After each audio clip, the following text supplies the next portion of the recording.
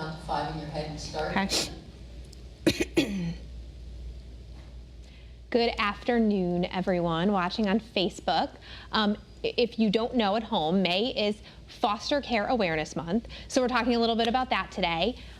Joining me now are Nicole and Brandon with CHR. Thank you for being with us today. Thank you for having us. Thank you.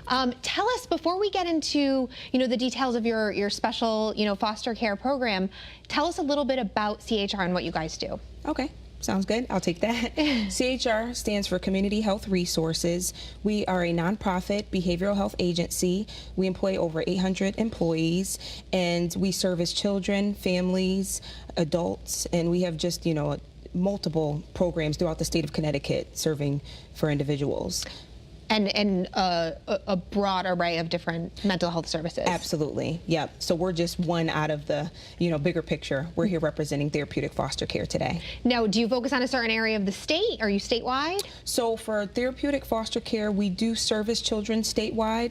As far as the majority of our families, we primarily have them in as far out Waterford, Connecticut, back up to Enfield, and then down to like Meriden, Middletown. So yep, the eastern part of Connecticut, but back over to Hartford. So you mentioned Therapeutic Foster Care, and I know a lot of people at home have heard of the foster care system and maybe know someone who is a foster family who fosters children. But you mentioned Therapeutic Foster Care program. So what makes that different? When you think of therapeutic, it's support. So providing support to children we partner with DCF, the state traditional foster care program, but you get more support with Therapeutic Foster Care. So they're children who have experienced some type of severe trauma or neglect, and they're trying to manage and maintain in a household family environment. So what we provide is 24/7 support to our families in case of an emergency or needed support, weekly case management support in home. We also provide different services within the community when families need it to manage the children that are in their home. So you get a lot more support when you do take a therapeutic foster child. Now, you guys don't actually place the children.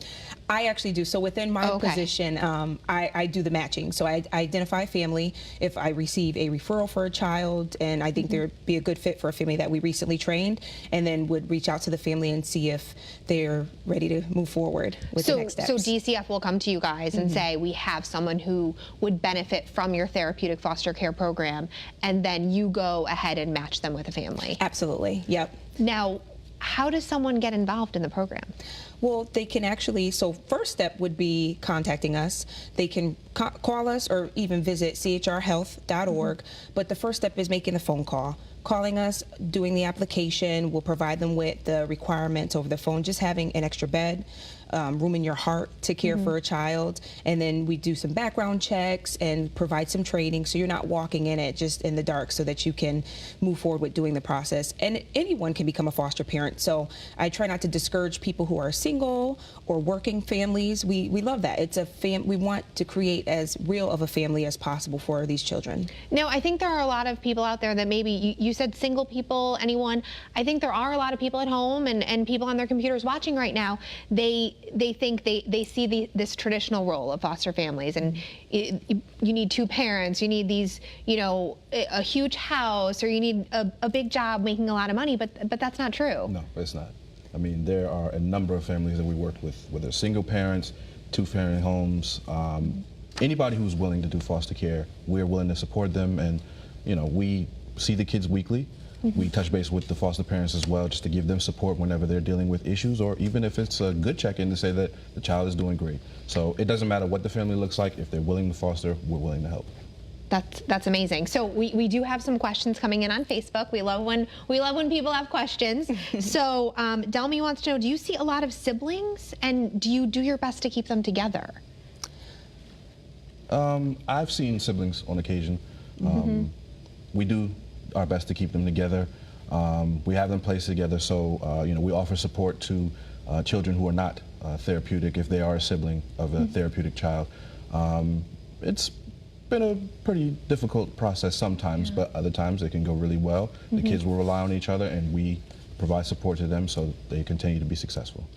What goes into this special training so that, there might be someone out there that wants to be a foster family? Do you have to, I know DCF probably has a different host of requirements. Do you guys work together, or do you train existing foster parents to come into your program? We work together. It's the same curriculum in the state of Connecticut to become a foster parent. It's a trauma-informed approach so that you're teaching families what type of trauma the children have experienced, going over some developmental things that they probably have seen within raising children of their own, or children that they've, parented or watched, and what that looks like, what the trauma looks like developmentally for a child who has experienced it. So the training that they receive initially is a series of 10 to 12 weeks going over a variety of topics, whether it be, like I said, child development, trauma, loss, losing your family is significant for children. And we provide ongoing support afterwards. So once they're opened and licensed, we have specialized training to deal with behaviors so that you do have that support. You're not alone. So if you have a child that is exhibiting certain behaviors, or they had a tough time on a home visit, we can provide them additional trainings, the family, but then also working with the child. A lot of teens, that's a big push in the state of Connecticut, because you have all these teens who age out and then they end up homeless because they have nowhere to go. So teen families are a big push. So, Brandon can elaborate as well, but he works with a lot of the teens and will do life skills, trying to prepare them, for the real world when they go on to be productive citizens. Do you find that it's harder to place the teens than it is, a 4-year-old or a 5-year-old? It is initially, but the families that I have who do take teens, that's all they take, because I think if they come in the door initially and they're like, oh, I want a smaller one, and then they're like, wow, the teens really aren't that bad. People have those preconceived notions of, oh my gosh, they're scary, and they're really not. They can speak, advocate for themselves, tell you why they're angry, versus a smaller child. If they're tantruming, you're not really what's going on. They're not able to express and utilize their words. But the teenagers, they want to make an impact. They want someone to love them. And they just are looking for their forever home, or their right now home, to teach them, work through the ups and downs, the roller coasters. Do you have foster parents that go on to become adoptive parents? Yes, quite a few. Because what happens is the state of Connecticut, it's a partnership, and they'll go to the foster families first. If you've had a child placed in your home for a couple of years, they'll go to that family as the first source to see if they're interested in adopting. And a lot of our families who do move forward with the adoption, they're like, we consider the child part of our family. We couldn't see life without them. So of course we'll move forward with, adopting them. What about reunification with the families, their birth families? Do you try to push that? If it's not a healthy situation, do you try to dissuade it? What is that process like? We absolutely do. The first goal is always reunification for families, because when you become a foster parent, you're in it to work with a family. It's long gone are the days that you pull a child out of a home and you just work with the child. It's really caring for families. So you're working with that family that they came with, the family of origin, so that you can have that partnership, working in permanency for the child, and just working together. I can even let Brandon elaborate on a story. He's working with a birth family right now. We had the child come into one of our foster homes, and it was a very positive reunification. He was able to return home with mom. So we, as CHR, provides ongoing support for a few months once the child reunifies back into their home. I'd love to hear that story, Brandon. Yes. So I've been working with this young man, and he had a difficult time when he came into care because he was away from his mother. But reunification was always the goal. And at this time, he is back with his mother. So I'm just continuing to work with him, make sure that he's successful at home, so that once DCF is no longer involved, he can be successful. He can live his happy life the way he wants to. Now, you guys talk about the different support that you give these kids when they're in foster care, when they get reunited back with their families.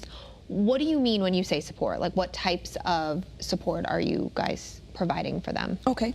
So mental health support. CHR has a child outpatient clinic, a couple of them in a few different towns. Our children will usually be involved in therapy so that they can work through, come up with treatment plans, goals while they're working through therapy, but then also in-home support that our case managers will provide. They work on goals within the family, a number of topics. So working towards daily living skills, mental health, hygiene, educational. A lot of our children struggle with education because when you have something going on in the home, you're not able to focus in school all day. So a lot of our children are in special ed. In addition to that, our clinical supervisor, our Therapeutic Foster Care care supervisor will come to the home, do an assessment once the child is first placed to see what areas we can tackle and make sure that we provide them outside resources in addition to the in-home support we're providing. Myself and the other trainers in our office will complete kind of a summary recommendation for our foster parents so that they can get online training in addition to our monthly support groups that we provide our foster parents when they are placed and licensed with the child. That online training curriculum is a variety of topics, whether it be, children who are having trouble in school, how to work with that, or children who struggle with hygiene, whatever the case may be, just a number of topics. And another piece, actually thinking of like the mentors. So a lot of our children need a positive figure in their life. So we'll connect them with a therapeutic mentor, and they come and spend time with them in the community, because if a child's struggling with social skills, they can work on those and do different activities. Sort of like a big brother, big sister kind of thing. Absolutely. You're doing fun stuff, but also tackling the goals, Modeling behavior, absolutely. that sort of thing. Yeah. Awesome. What is the need like right now for foster families? It's a big need. Our program, we're always recruiting foster parents. I receive so many emails every day because just doing the matching piece of children who need placement. It varies from each region as far as the number of children on the list. I believe there were over like 30 children at the Hartford area meeting that I went to yesterday. Just therapeutic foster care alone, that's not regular foster care. And then you think of everyday children who are being removed or an emergency going on, and you receive the phone calls that, can we get a home just for one night? So that's another type of care. So, when people are hesitant, oh, should I make the first call or not? We always need respite families, people who are available at, I guess at the drop of a dime, or 2 in the morning. That per diem, calling 5 o'clock, the office is closed and they're like, oh, thank you for answering. We need a home for a 12-year-old or whatever the case is. So, if you're not able to commit to becoming a full-time therapeutic foster care parent, try being a, respite provider. We always need respite parents. Is there an age requirement? Someone, TK, asked, how old do you have to be to adopt? I'm assuming how old do you have to be to take a child into your home? At least 18 years or older. I mean, for therapeutic, we try to stick around 21. 18. When I was 18, I don't know. I could have had that responsibility. Yeah, and I throw out 18 because sometimes we've worked with like family members who have taken in a younger sibling, so that's why I say that age. But we try to stick with 21 and up. There really is no age. We have foster grandparents who come on, and they're, sometimes what a child needs. They just need that nurturing, that love, support. Any age will work with. If you are able to provide that home and work with the agency and provide that support and advocating for a child and all aspects of their life, their total well-being, school, medical, dental, all of that, then we'll be able to work with you and help train you to come on board. Now, there is a financial aspect to this too. If you take a child into your home, there is a stipend. Yes, it's a monthly tax-exempt stipend that goes towards the food, shelter, clothing for the child. So we definitely provide that to parents. So it's not like, the entire bill is on your own. We provide that support. And then in addition to that, we have for therapeutic what's called RAP funding. And that's for if your child could benefit from karate, taekwondo, Girl Scouts. We have one foster parent who's taking her child to Girl Scouts right now.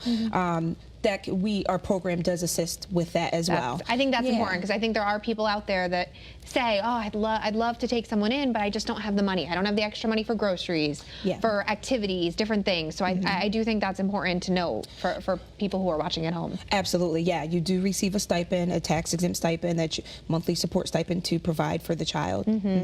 Okay, so there's somebody out there, they're on their computer, they're on their phone, they're watching us talk, and they're thinking, oh, maybe this is something that I might be thinking about. What do you have to say to those people? I would say that anybody thinking about becoming a foster parent, they're the difference. They could be the difference between a happy ending for a child.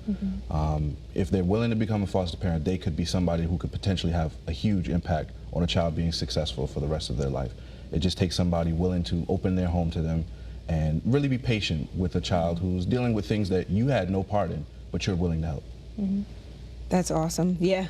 you echo his sentiments. Absolutely. Just make the first call, making that commitment to just servicing one child. If you're thinking, oh, I don't want to be, a open and shut door in and out with multiple children, just making that difference in one child's life. Just give us a call, 730-3727, or visit chrhealth.org, and we'll be more than happy. And we also are on Facebook as well. We'll be more than happy to walk them through the next steps. We have a class starting in the fall, so we're gathering applications, visiting folks now. So definitely make the first call, and we can walk through the process. And start to finish, how long does it take? I'd say 3 to 6 months.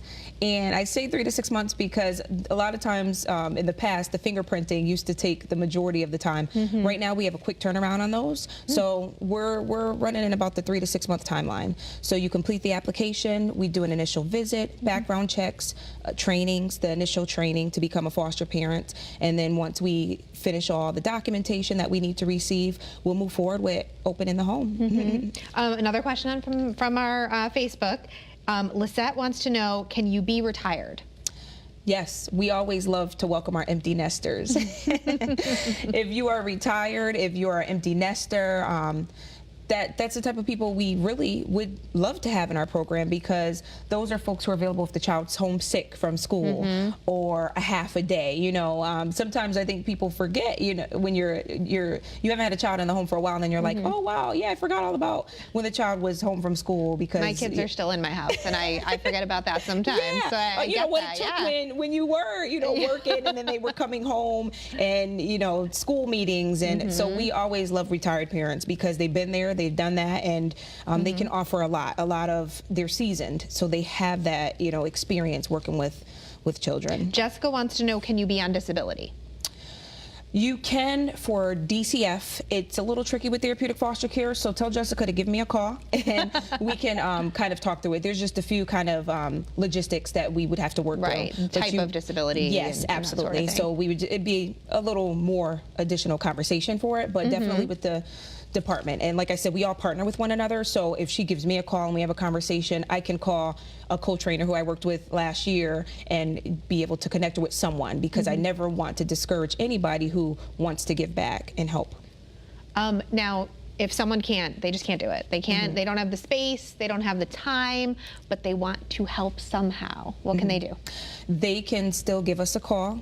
We have so many, CHR has our virtual 5K coming up, so they can participate with that. We also have Adopt a Family around the holiday time, and the majority of the time the people we service are in foster care or involved in the child welfare system one way or another. So Adopt a Family really, you know, it always weighs on my heart, because you get to know the age of the child, the gender, how many people are in the family. So that's a perfect way to give back to CHR. So there always is a way to get involved if you're not able to foster, but to service and, you know, help volunteer or fundraise. Can you volunteer to be a mentor?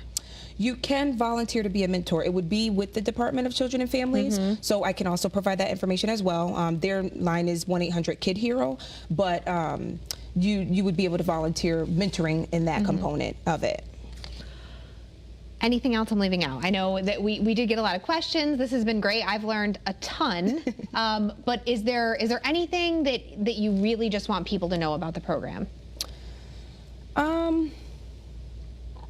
There's always a need. Our best form of advertisement is word of mouth. So that really is the reason why we wanted to come here today and get on Facebook Live, because the more advocates that we have, the foster care ambassadors in the community that spread the word. If foster care isn't for you, then tell someone that you know someone who might be a good foster parent. So let them know about CHR Health.